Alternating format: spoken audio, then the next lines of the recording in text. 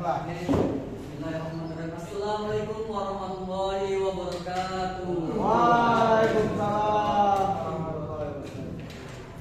Alhamdulillahirabbil alamin wassalatu wassalamu ala asyrofil anbiya'i wal mursalin wa ala alihi washabbihi wasallam ajmain.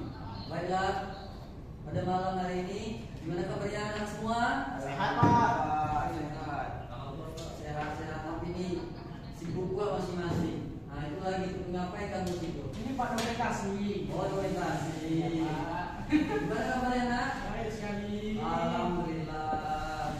Baiklah, pada malam hari ini Bapak di sini akan membawakan materi.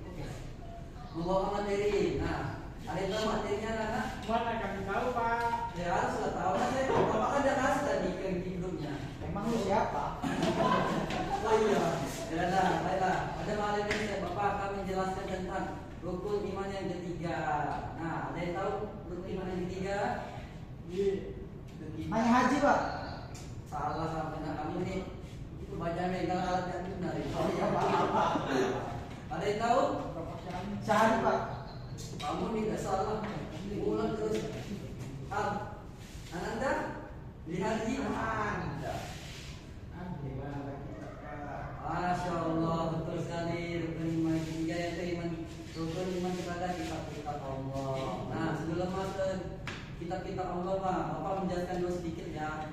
Iman kepada kitab Allah itu merupakan rukun iman yang ketiga. Kitab adalah wahyu Allah yang disampaikan kepada Rasulullah. Jadi menurut bahasanya itu kitab itu ialah memiliki dua pengertian. Yang pertama, inti apa inti yang pertama? Apa? Perintah apa? Perintah pengertian kitab. S5 Bigtek, Pak. Perintah kitab. Ya. Kitab apa tuh? Kamu ngapain aja dari tadi, Nak? Sibuk, Pak. Kamu nggak boleh gitu. Baik, Nak. Menurut bahasa kitab itu yang pertama adalah berita. Dengar ini anak, jangan kamu masih sendiri aja nanti. Bapak suruh ke depan jelasin, kamu diam nanti. Siapa? Siap. Baru ya. Aku pening, Pak. Aku nggak pakai tes tadi. Karena nggak ada yang kena. Oh ya. Berarti yang kedua itu tulisan dari kertas atau karya tulis. Nah, jadi kitab-kitab tersebut berisi kumpulan wahyu yang dibukukan dalam satu Remix. kamu nak misi tadi. Nanti saya sekali lagi ngomong saya ke depan ya. Nah, jadi bukan dalam satu kumpulan utuh. Jadi setiap muslim wajib beriman kepada kitab yang diturunkan Allah SWT kepada Rasulnya. Ada apa yang dimaksud dalam kitab kepada kitab Allah adalah membenarkan bahwa Allah mempunyai kitab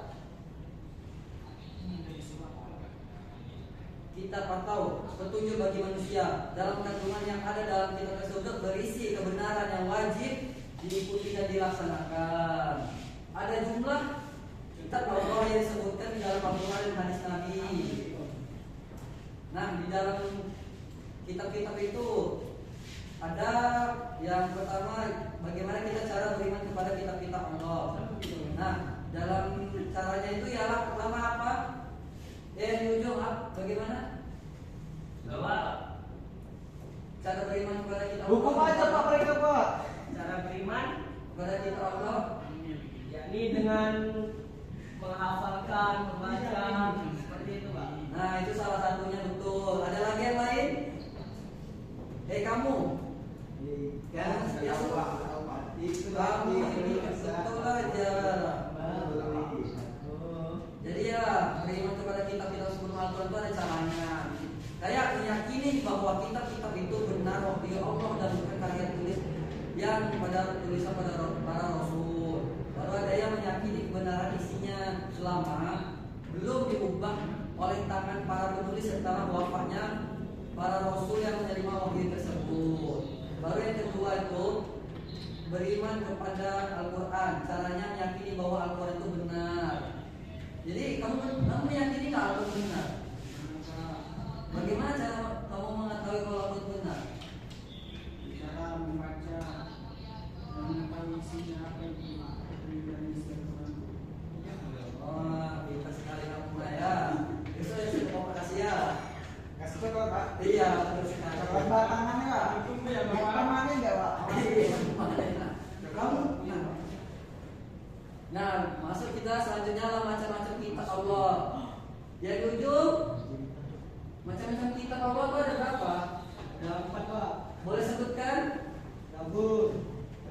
Ya betul. Baru? Taurat, Ya. Injil, Nah terus Al-Quran. Al-Quran. Oke. Pak, izin ke toilet, Pak. Ayo silakan. Pak. Oke. Izin, Pak. Hei. Nggak boleh. Satu. Berarti kalian bukannya apa ya? Masih dekat. Iya. Aduh. Nah, yang pertama itu kitab Taurat. Kitab Taurat pun diturunkan oleh kepada Nabi siapa?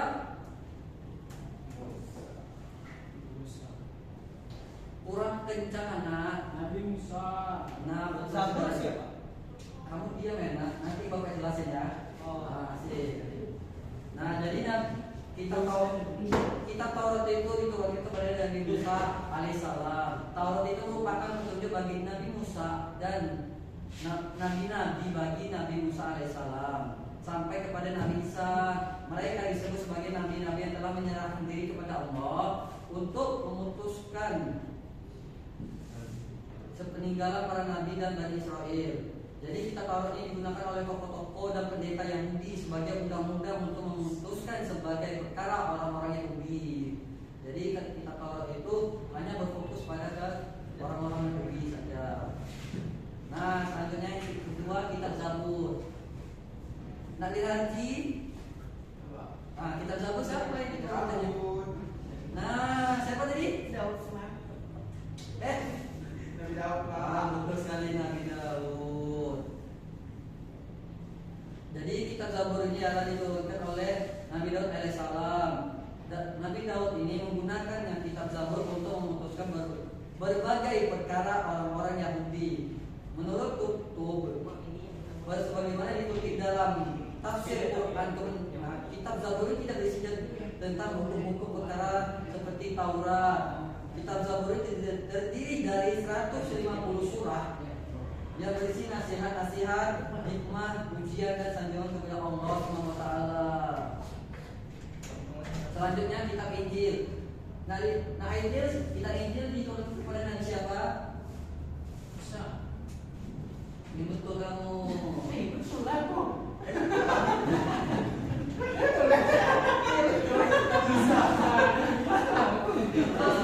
Aneh lagi gurunya. Aneh lagi gurunya ini. Ya kan Pak? Karena dia kan ngelek kan tadi main HP aja. Ini titit anjing. Ini titit. Mulut kamu kotor sekali ya. Kitab Injil adalah kita menurunkan Allah SWT kepada Nabi Isa alaihissalam seperti halnya Nabi Musa dan Nabi Daud alaihissalam. Udah 8 menitan kok. Nabi Isa merupakan nabi dari Bani Israel.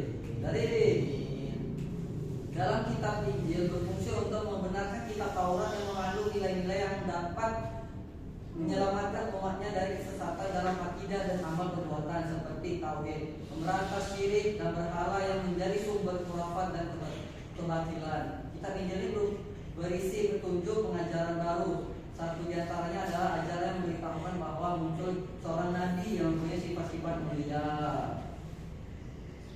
Syariatnya itu lebih sempurna dan bersih universal, menyeluruh, tidak terbatas oleh waktu dan tempat.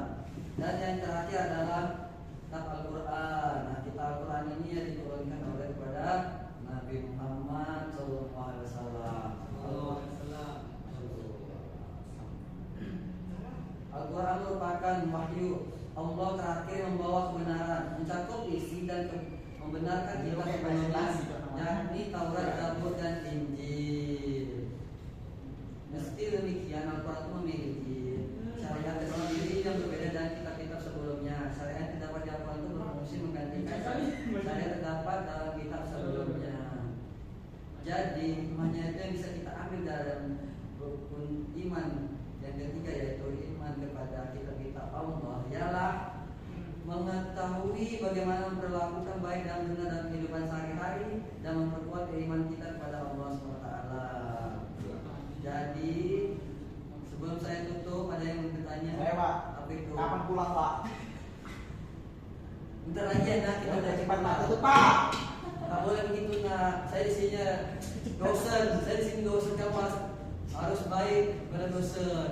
Ada lagi yang mau bertanya? Ada Pak, tutup aja Pak. Yang benar dosen atau dosen, Pak? Dosen. Pakai dot, pakai dot. Dosen. Ya. Bosen. Dia bosen. Pakai dot, pakai dot, pakai shit. Nah, ya. Oh shit. Ya, itu saja yang saya bisa sampaikan. Mohon maaf ada kekurangan. Wabillahi taufiq wal hidayah. Wassalamualaikum warahmatullahi wabarakatuh. Waalaikumsalam warahmatullahi wabarakatuh. 10 menit kok. Kok. Mati 11 menit anjir.